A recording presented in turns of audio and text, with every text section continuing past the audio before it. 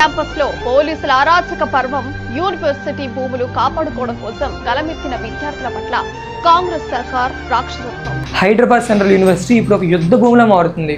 Students ఇంతలా protest చేస్తున్నా కూడా గవర్నమెంట్ ఎందుకు పట్టించుకోవట్లేదు? ఈ విషయం గురించి సీఎం గారు ఏమన్నారు? హైదరాబాద్ సెంట్రల్ యూనివర్సిటీలో ఎగ్జాక్ట్లీ ఏం జరుగుతుంది? వీడియో లాస్ట్ వరకు చూడండి, అన్ని డీటెయిల్స్ క్లియర్గా ఎక్స్ప్లెయిన్ చేస్తాను. ఈ యూనివర్సిటీలో more than 5000 students and 400 faculty ఉన్నారు. ఇది నార్మల్ యూనివర్సిటీ కాదు. ఈ ఫారెస్ట్ చుట్టూ జింకలు, పీకాక్స్ ఇట్లా డిఫరెంట్ యానిమల్స్ ఇక్కడ ఉన్నాయన్నమాట. బిల్లు పెట్టి మరీ ఏర్పాటు చేసిన ఏకైక యూనివర్సిటీ ఇది.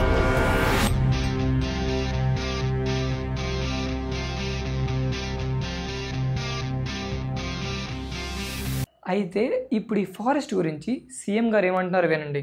ముట్టుతో కొన్ని గుంటనక్కలు చేరి ఇట్లా వ్యవహరిస్తున్నాయి అధ్యక్ష. గుంటనక్కలకు గుణపాఠం చెప్తాం అధ్యక్ష. అది 100% డెవలప్డ్ ఏరియా. అసలు ఆ ఇష్యూ ఏంటంటే, హెచ్యూలో నుండి 400 acresని గవర్నమెంట్ ప్రైవేట్ ఆర్గనైజేషన్కి ఇచ్చి ఐటీ డెవలప్మెంట్ చేద్దామని చూస్తుంది.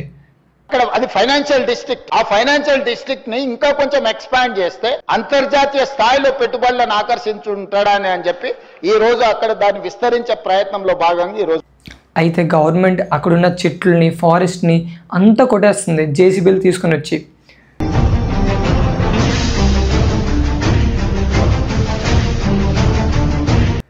అక్కడుండే జింకలు కూడా ఎక్కడికి వెళ్ళాలో తెలియక పారిపోతున్నాయి. డీర్స్ అన్ని జేసీబీ లైట్లలో ఎక్కడికి వెళ్ళాలో తెలియక కొట్టుమిట్లాడుతున్నాయి. అక్కడున్న స్టూడెంట్స్ ఇదంతా ఆపాలని ప్రొటెస్ట్ చేయడం స్టార్ట్ చేశారు.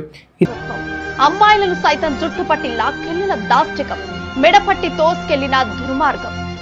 ఇదంతా యూనివర్సిటీ ల్యాండ్. ఇప్పుడు మీరు చెట్లు అన్నీ కొట్టిస్తే ఇక్కడుండే యానిమల్స్ ఎక్కడికి వెళ్ళాలి?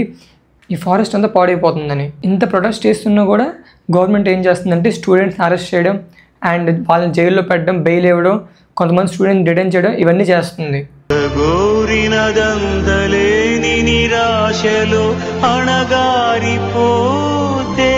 యాక్చువల్గా ఈ ల్యాండ్ గవర్నమెంట్దే, కానీ పాత గవర్నమెంట్ ఏం చేసింది, ఈ ల్యాండ్ని హెచ్యూ యూనివర్సిటీకి ఇచ్చింది యూజ్ చేసుకోమని, అకాడమిక్గా, నాన్ అకాడమిక్గా. అప్పుడు గవర్నమెంట్ ఏం చేసింది, ఇందులో కొంత ల్యాండ్ని ఐఎంజీ అనే ఒక కంపెనీకి ఇచ్చింది. ఆ కంపెనీ ఏం చేసింది, ఇక్కడ స్పోర్ట్స్ అవన్నీ కడతామని చెప్పి 2 years అయినా కూడా ఏం కట్టలేదు. అప్పుడు బిల్లిరావుకు కట్టబెట్టిన భూమి. అయితే తెలంగాణ గవర్నమెంట్ ఈ కంపెనీ మీద కోర్టులో కేసు వేసింది. రీసెంట్గా తీర్పు కూడా ఇచ్చారు, ఈ ల్యాండ్ తెలంగాణ గవర్నమెంట్ మాత్రమే చెందుతుందని. ప్రభుత్వం ఏర్పడిన తర్వాత, ప్రజాప్రభుత్వం ఏర్పడిన తర్వాత సుప్రీంకోర్టులో కొట్లాడి 1000 కోట్ల రూపాయల భూమిని వెనక్కి తెచ్చింది నేను అధ్యక్ష. అయితే రేవంత్ రెడ్డి గారు ఇక్కడ డెవలప్మెంట్ అండ్ జాబ్స్ అందరికీ రావాలంటే ఇక్కడ డిమాలేషన్ జరగాలని, ఈ ఫారెస్ట్ అన్నిటిని కొట్టి మనం ఒక డెవలప్మెంట్ చేద్దామని అన్నారు. కానీ ఈ విషయానికి స్టూడెంట్స్ మాత్రం ఎవరు ఒప్పుకోవట్లేదు. ప్రొటెస్ట్ అన్ని స్టార్ట్ చేశారు. పొద్దుగాల మీరు ఏ పరిశ్రమల కోసం భూమి సేకరించారా? ఈ రాష్ట్రంలో పరిశ్రమలు రావద్దా? ఈ రాష్ట్రంలో చదువుకున్న నిరుద్యోగులకు ఉద్యోగ ఉపాధి అవకాశాలు ఇవ్వద్దా? హైదరాబాద్కి ఈ ఫారెస్ట్ మాత్రం చాలా ఇంపార్టెంట్. ఎందుకంటే ఆల్రెడీ పొల్యూషన్ ఇప్పుడు ఎక్కువ స్టార్ట్ అవుతుంది. ఇప్పుడు ఇక్కడున్న ల్యాండ్ అంతా డిఫారెస్టేషన్ అయితే ఇంకా పొల్యూషన్ ఎక్కువ అవుతుంది ఆ ప్లేసెస్లో. సెకండ్ థింగ్, నా పర్సనల్ ఒపీనియన్, ఆల్రెడీ స్టూడెంట్సే మాకు ఇక్కడ డెవలప్మెంట్ వద్దు, ఇక్కడ ఫారెస్ట్ ఏం చేయొద్దని అడుగుతున్నప్పుడు మళ్ళీ గవర్నమెంట్ అక్కడ ఎందుకు స్టాండ్ తీసుకుంటుందో నాకు అర్థం కావట్లేదు. ఎందుకు ఇంతలా ఆ ఫారెస్ట్ని అంతా కొట్టాలి, ఎందుకు అక్కడ డెవలప్మెంట్ చేద్దాం అనుకుంటున్నారని.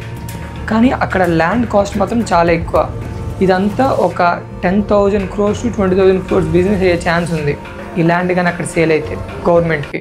ఈ విషయం గురించి మీరేమనుకుంటున్నారో కింద కామెంట్ చేయండి. వీడియోని లైక్ చేసి ఛానల్ సబ్స్క్రైబ్ చేసుకోండి. బెట్టింగ్ యాప్స్ కోసం ఈ 2 వీడియోస్ చూడండి.